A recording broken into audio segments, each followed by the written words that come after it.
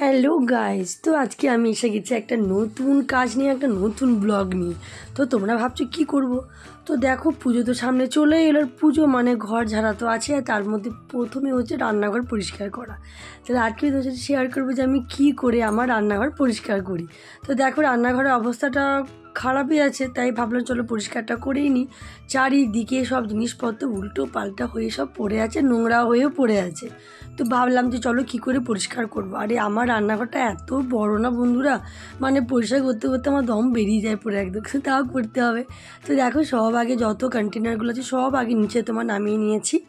আরও অনেক কন্টেনার আছে, ওটা সবগুলো আস্তে আস্তে নামাবো, এক তাড়াতাড়ি করে তো নামাতে পারিনি।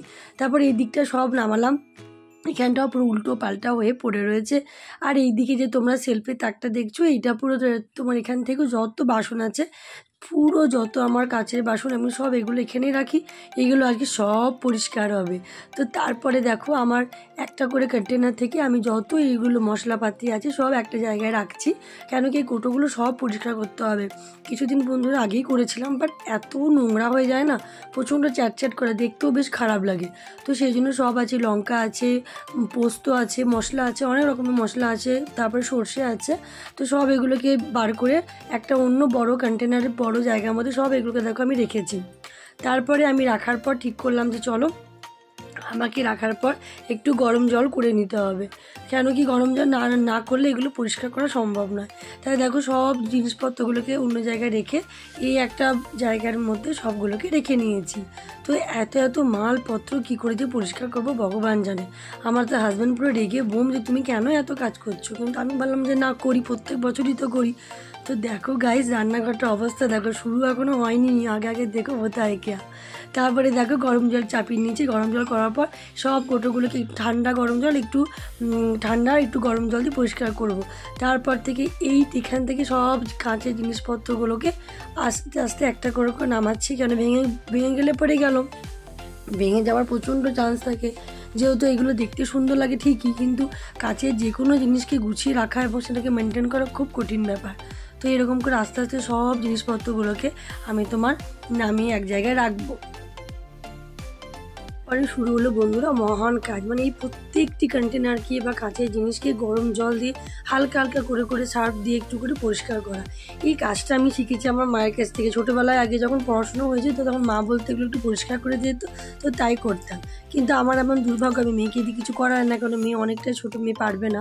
দেখেছো বন্ধুরা, কত কাঁচের জিনিস, যত কাপ, বাটি, প্লেট, তারপরে তোমার কাঁচের গ্লাস, এগুলোকে সব গমলে পরিষ্কার করতে হবে। তারপরে এগুলো তো সব থাকলো পরে। আর এইদিকে দেখো, এখনও অনেক এখান থেকে জিনিসপত্র নামানো আছে, এটাকেও পুরো পরিষ্কার করব, কারণ এখানে এগুলো অনেক নোংরা হয়ে যায় এবং ব্লক করার সময় তখন এগুলো খুব কাজে লাগে। তাই এগুলোকে পরিষ্কার সবসময় রাখতে। চারিদিকে সার্ফের জল, এখনও কিছু ব্লেড বাকি আছে, এগুলোকে সব সুন্দর করে আবার সাজিয়ে গুছিয়ে রাখতে হবে। তো এই দেখো, উপরে মোটামুটি সব বাসনগুলোই, মানে কাছের যতগুলো ছিল বাসন সব চলে গেছে ওখানে পরিষ্কার হতে। এই যে দেখছো কত কাচের বাসন নেমেছে, এগুলোকে কাপ, ডিশ, চামচ, গ্লাস, প্লেট, সব এগুলোকে আবার নিজের জায়গায় গুছিয়ে রাখতে হবে, যেটা সব থেকে বড় কঠিন কাজ। পরিষ্কার তো হয়ে যায়, বাট গোটাতে গিয়ে একদম অবস্থা টাইট হয়ে যায়। সকাল থেকে প্রচুর কাজ চলছে, জানি না কখন শেষ হবে কি না হবে, বাট কী করবো, করতে হবে। পুজোর সময় একটু না করলে হয়ও না। অন্য সময় হয়তো ঠিক আছে পরে করবো, কিন্তু এই পুজোর টাইম মনে একটু বেশ ঘরটা পরিষ্কার রাখি, দেখতেও বেশ ভালো লাগে। কিছু শুকাতে দিয়েছি, এগুলো অনেক ভোরবেলা পরিষ্কার হয়ে গেছিলো। এই কোটোগুলো সব গরম জলে পরিষ্কার করে এখন একটু শুকিয়ে যাক।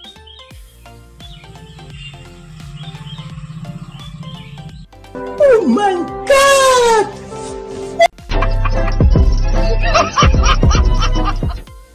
তারপরে চলে এলাম এই টাইলসগুলোকে পরিষ্কার করার জন্য।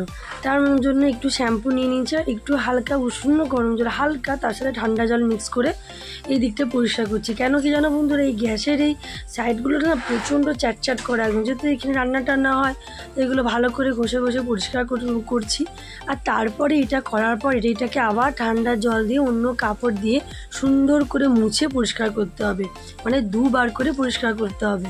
তো এইগুলো মানে সাদা, তো তাই খুব তাড়াতাড়ি নোংরাও হয়ে যায়, তাই পরিষ্কার করতে। গাইস কাজ করতে করতে শরীর প্রচণ্ড ক্লান্ত হয়েছে। এখন মানে 9 বাজছে, সেই ভোর থেকে রান্নাঘর পরিষ্কার করছি। তো এই কমপ্লিট হলো, মানে পুরোপুরি কমপ্লিট হয়ে গেছে। তো ওয়েদারটা খুব খারাপ ছিল, প্রচুর বৃষ্টিও পড়ছিল, বাট যখন এই টার্গেট নিচ্ছি যে করব তো করবই, সেটা বৃষ্টি হোক যাই হোক, বাট অ্যাট লাস্ট কাজটা কমপ্লিট করতে পেরেছি, এটা বিশাল ব্যাপার। আসলে মানে আমার এত সময় লাগতো না, কেন কি আমি একটু বেশি পরিষ্কার করতে চাই, মানে একটু গরম জল দিয়ে একটু ভালো করে ক্লিন করতে চাই, সেজন্য দেরিটা হয়। তাহলে চলো একটু তোমাদেরকে দেখায় রান্নাঘরটা কেমন লাগছে। হয়তো খুব ভালো করতে পারিনি, যতটা পেরেছি, বাট শরীর প্রচণ্ড ক্লান্ত, ভালো লাগছে না, প্রচণ্ড হাতে পায়ে ব্যথা হচ্ছে। চলো দেখি কি করলাম। মোটামুটি পরিষ্কার হয়েছে, সব কোটোগুলো পরিষ্কার হয়েছে, বেশ টাইলসটাও দেখতে সুন্দর লাগছে।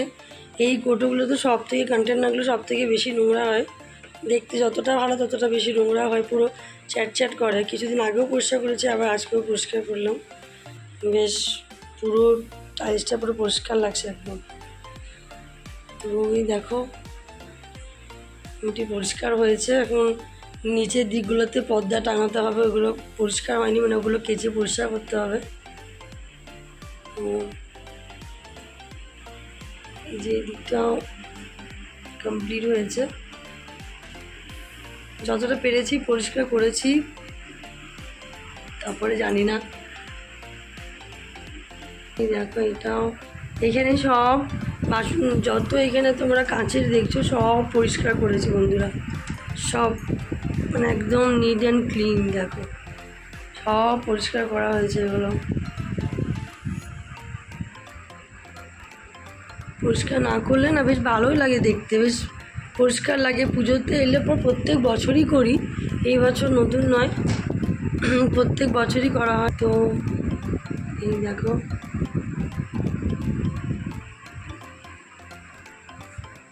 আর এদিকে এইটা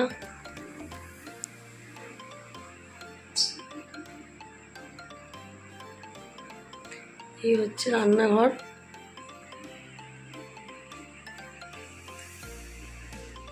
ফ্রিজের মধ্যে তোমরা যে যে কান্ট্রির জায়গাগুলো দেখতে পাচ্ছ, এখানে হল্যান্ড আছে, প্যারিস আছে, লাদাখ আছে, ডেনমার্ক আছে, তারপরে এখানে তোমার অনেক জায়গার নাম আছে, মনে করো কিল আছে, এই দেখো স্যান ফ্রান্সিসকো আছে। তো এইটা সব যেসব জায়গাগুলো আমার ভাই ঘুরেছে, যেসব কান্ট্রিগুলো ঘুরেছে, তো তারই আরও অনেক আছে, সব কিছু ফ্রিজে লাগাইনি, তো সেটা একটু লাগানো হয়েছে, তোমার সাথে শেয়ার করলাম।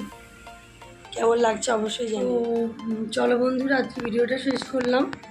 তো তোমরা বলবে কেমন লাগছে, আমি জানি তোমরা সবাই রান্নাঘর পরিষ্কার করো, এই নয় যে আমি একা করছি, বাট তাও একটু শেয়ার করলাম ঘরের কাজ টুকটাক।